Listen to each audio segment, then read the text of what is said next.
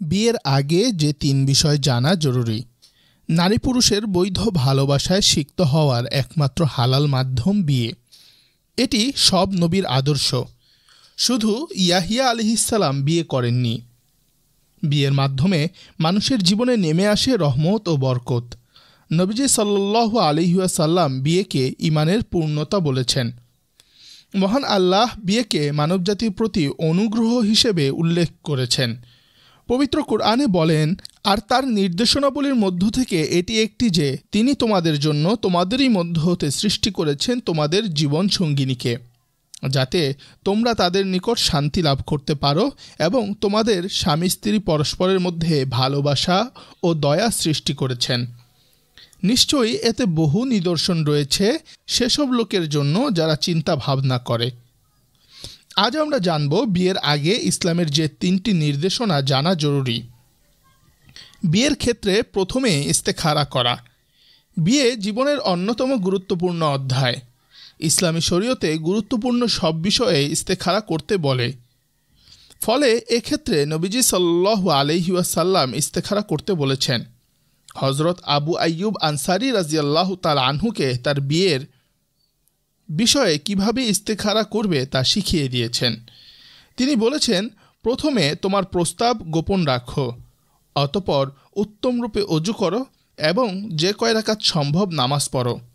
অতঃপর আল্লাহর প্রশংসা করে বলো, আল্লাহুম্মা ইন্নাকা তাকদিরু ওয়ালা আকদিরু ওয়া তা'লামু ওয়ালা আ'লামু ওয়া আনতা আল্লামুল গুয়ুব ফাইন রাআইতা ফিয়া ফুলানাতা ওয়া তুসাম্মিহা বিইসমিহা খায়রান লি ফি দীনি ওয়া দুনিয়ায়া ওয়া আখিরাতি ফাকদুরহা লি ওয়া ইন কানা গায়রুহা খায়রান লি মিনহা ফি দীনি ওয়া দুনিয়ায়া ওয়া আখিরাতি ফাকদিলি যালিক। এর অর্থ হচ্ছে, হে আল্লাহ, আপনি সক্ষম, আমি অক্ষম, আপনি জানেন, আমি জানি না, আপনি গায়েব তথা অদৃশ্যের বিষয়ে সম্যক অবগত।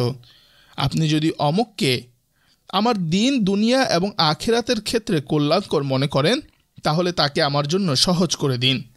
আর যদি তার থেকে অন্য কেউ আমার দিন, দুনিয়া ও আখিরাতের ক্ষেত্রে কল্যাণকর হয়, তাহলে আমার জন্য তাই ফায়সালা করুন। এ বর্ণনায় দোয়া এ ভাষাই এসেছে, তবে প্রসিদ্ধ হল আল্লাহুম্মা ইন্নী আস্তাখিরুকা বিইলমিকা, যা সহিহ বুখারীর হাদিসে বিভিন্ন কিতাবে রয়েছে। দোয়াটি ডেসক্রিপশন বক্সে দিয়ে দেওয়া হবে ইনশাল্লাহ। দ্বিতীয় বিষয়টি হলো পাত্রী ভালোভাবে দেখে নেওয়া। ইসলামে বিয়ের আগে পাত্রী দেখে নেওয়ার অনুমতি রয়েছে। হযরত মুগীরা বিন শুবা রাদিয়াল্লাহু তাআলা আনহু বলেন, আমি এক নারীকে বিয়ের প্রস্তাব দিলাম। এটা শুনে রাসূল সাল্লাল্লাহু আলাইহি ওয়াসাল্লাম জিজ্ঞাসা করলেন, তুমি কি তাকে দেখেছ? আমি বললাম, না, দেখিনি। তখন তিনি বললেন, তাকে দেখে নাও। তোমার এই দর্শন তোমাদের দাম্পত্য জীবনে প্রলয় ভালোবাসা গভীর হওয়ার ক্ষেত্রে সহায়ক হবে। তবে আমাদের সমাজে পাত্রী দেখার যে প্রচলন তা শরীয়ত সম্মত নয়। ইসলামী শরীয়তে শুধু পাত্রই শর্ত সাপেক্ষে পাত্রীকে দেখতে পারবে। সে শর্তগুলো হলো: ১. পাত্রী দেখার সময় পাত্রপক্ষের কোনো পুরুষ, যেমন বাপ, ভাই, বন্ধু বান্ধব প্রমুখ কেউ থাকতে পারবে না। তাদের পাত্রী দেখা সম্পূর্ণ নিষিদ্ধ ও কবিরা গুনাহ। ২. পাত্রপাত্রী একে অন্যের সঙ্গে কথা বলতে পারবে, কিন্তু একে অন্যকে স্পর্শ করতে পারবে না। খবরাখবর নেয়ার পর বিয়ে করতে মনস্থির করলে পাত্রীকে দেখে নেওয়া উচিত।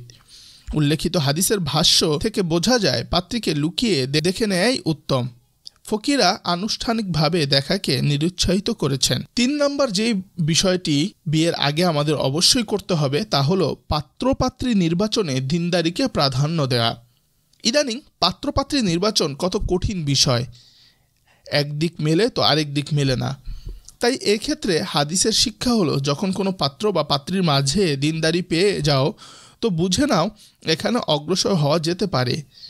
এমনকি যদি অন্যান্য বিষয় অতটা পছন্দ নাও হয়, একবার রাসূল সাল্লাল্লাহু আলাইহি ওয়াসাল্লাম বলেন, তোমাদের নিকট যদি এমন কারো প্রস্তাব আসে যার দিনদারি এবং চরিত্রের ব্যাপারে তোমরা সন্তুষ্ট, তাহলে তার সাথে বিবাহ সম্পন্ন করে ফেলো, অন্যথায় জগতে ফিতনা ও বিশৃঙ্খলা হবে।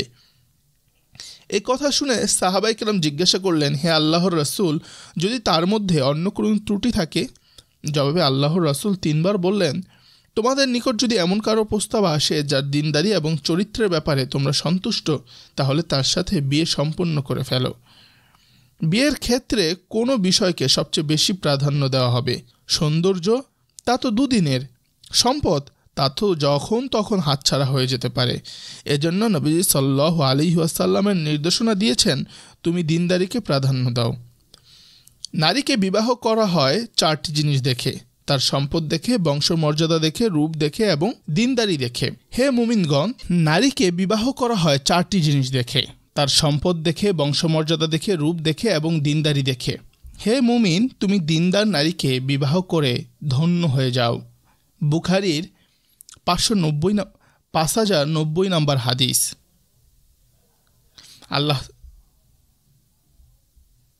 আল্লাহ তাআলা আমাদের সকলকে এই হাদিসের উপর আমল করার তৌফিক দান করুক।